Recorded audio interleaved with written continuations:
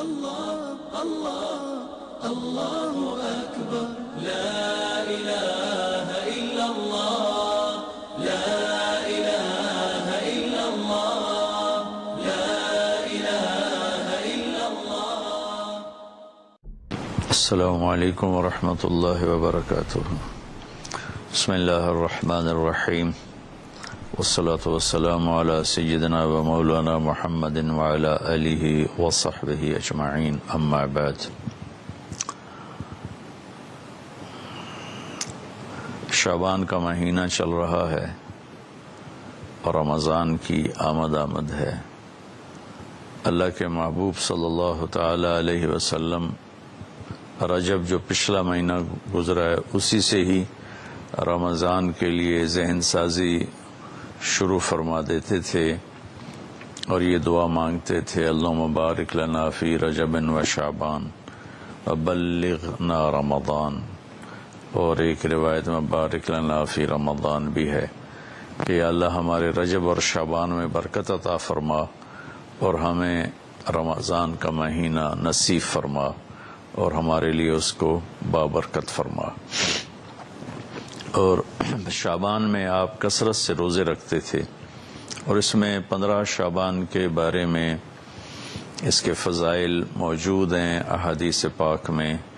اور فیہا یفرق کل امر حکیم امرا من عندنا انا کنا مرسلین، سورہ دخان کی یہ آیت ہے شروع کی، حامیم الکتاب المبین انا انزلناہ فی لیلۃ مبارکۃ.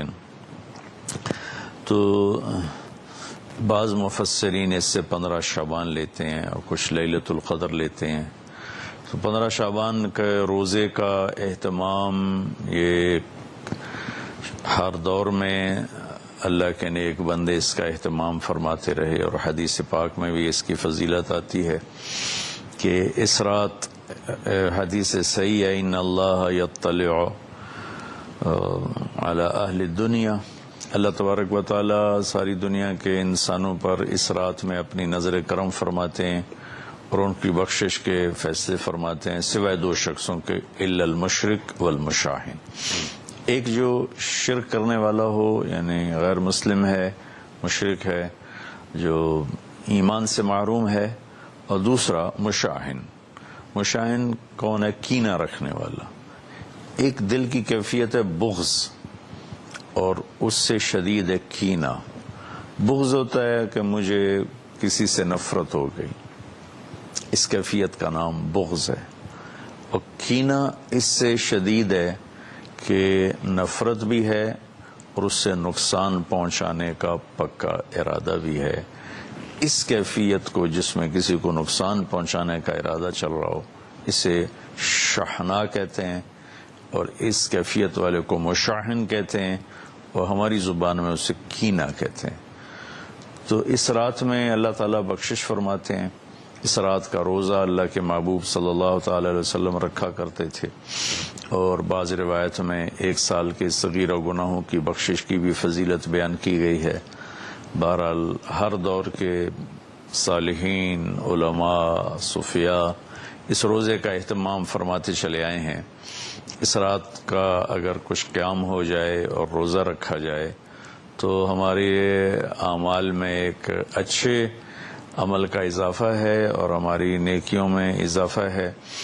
اور اس کے لیے اپنے آپ کو اگر کسی سے نفرت ہے تو پاک کیا جائے، بغض ہے تو اسے دور کیا جائے. کسی کے ساتھ ایسی دشمنی پیدا ہو گئی ہے کہ شیطان ہمیں وہاں تک پہنچا چکا ہے کہ ہم اس کو نقصان پہنچانا چاہتے ہیں، اس سے بھی اپنے آپ کو بچا لیا جائے کہ ایک دن فیصلہ اللہ تعالیٰ نے کرنا ہے. اس دن حقوق العباد کی عدالت بہت سخت ہوگی. حقوق اللہ کی عدالت میں وہ سختی نہیں ہوگی جو حقوق العباد کی عدالت میں شدت اور سختی ہوگی. لہذا کسی پر ظلم کر کے نہ مریں، کسی کا حق لے کر نہ مریں. ہمارے اوپر ظلم ہو یا ہمارا حق مارا جائے تو اس کا تو ہمیں بہت بڑا عوض اللہ اپنے خزانوں سے دے گے. لیکن ہم نے کسی پر ظلم کیا، ہم نے کسی کا حق مارا، برائی کے بدلے میں ایسی برائی کی کہ اپنی نیکیوں کو برباد کر دیا، تو بہت بڑے نقصان کا سامنا کرنا پڑے گا. اور وہ نقصان ابدی ہوگا. دنیا کے نقصان وقتی ہوتے ہیں, تھوڑی دیر کے لیے ہوتے ہیں. تو اس رات کے لیے کوئی جاگنے کا بھی اہتمام ہو جائے, روزہ بھی رکھ لیا جائے. اگر رمضان آ رہا ہے اس کے لیے دعا مانگی جائے. اللہ تعالی ہمارے رمضان میں برکت عطا فرمائے اور ہمیں اس کے استقبال کی اللہ تعالی ہمیں توفیق نصیب فرمائے. اپنے دل کو صاف رکھنا میرے نبی کی بہت بڑی سنت ہے. آپ نے حضرت انس سے فرمایا, بیٹا اپنے دل کو سب سے صاف رکھا کر. ان قدرت ان تصبح وتمسی وليس في قلبك غش لأحد. پوری دنیا میں بسنے والے انسانوں سے اپنے دل کو صاف رکھ. پھر آپ نے فرمایا یا بنی وذلك من سنت. آپ نے فرمایا میرے بیٹے یہ میری بہت بڑی سنتوں میں سے ایک سنت ہے. ومن احب سنتی فقد احبنی ومن احبنی کان معی فی الجنہ. جو میری اس سنت سے پیار کرے گا مجھ سے پیار کرے گا, اور جو مجھ سے پیار کرے گا وہ جنت میں میرا ساتھی ہوگا.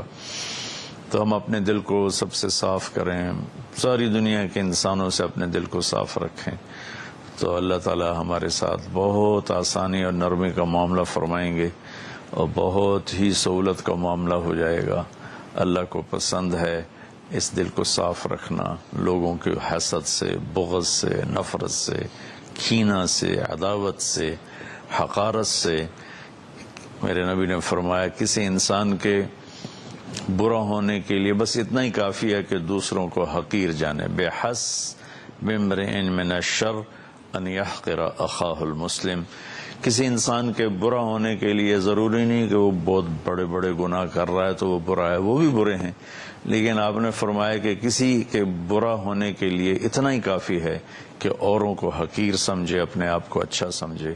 اور یہ جو لوگ تھوڑا سا شریعت کے پابند ہیں, نیکی پر چل رہے ہیں, گناہوں سے بچ رہے ہیں اور شیطان کے داؤ میں نہیں آئے, گناہوں سے پرہیز ہے, ان کو شیطان اس طرف سے مار دیتا ہے کہ وہ انہیں اپنی نیکی کے تکبر میں پھنسا دیتا ہے اور اوروں کی حقارت اور کمی اس کا شکار کر دیتا ہے. اس میں بہت بڑا طبقہ پھنسا ہوا ہے, پھنسے چلے جا رہے ہیں. اس سے اللہ تعالیٰ مجھے بھی بچائے, آپ کو بھی بچائے, سارے سننے والوں کو بچائے. تو ہم اس شعبان کے مہینے میں رمضان کی تیاری کریں. 15 شعبان کا اگر روزہ رکھا جائے تو بہت بڑی فضیلت ہے. رات کو جاگا جائے, کوئی خاص عمل کوئی نہیں 15 شعبان کا. ہمارے ہاں بدعات بھی شروع ہو جاتی ہیں, کوئی مسجدوں میں اکٹھے ہو کے کوئی صلاۃ تسبیح پڑھ رہا ہے, کوئی کچھ کر رہا ہے, کوئی کچھ کر رہا ہے. اس رات کا کوئی مخصوص عمل کوئی نہیں ہے. اس رات کا مخصوص عمل بس دعا ہے, تہجد ہے, تلاوت ہے. انفرادی طور پر ہے, اجتماعی طور پر کرنا کہیں سے ثابت نہیں ہے. کہیں اکٹھے ہو کر کر لیں تو کوئی, یہ میں نہیں کہہ رہا ہوں کہ انہیں غلط کیا ہے, لیکن پیچھے ہمارے تاریخ میں, اسلامی تاریخ میں یہ چیز ملتی نہیں. انفرادی عبادت ہی ہے, وہی زیادہ بہتر ہے. اللہ تعالی ہمیں عمل کی توفیق بخشے. السلام علیکم.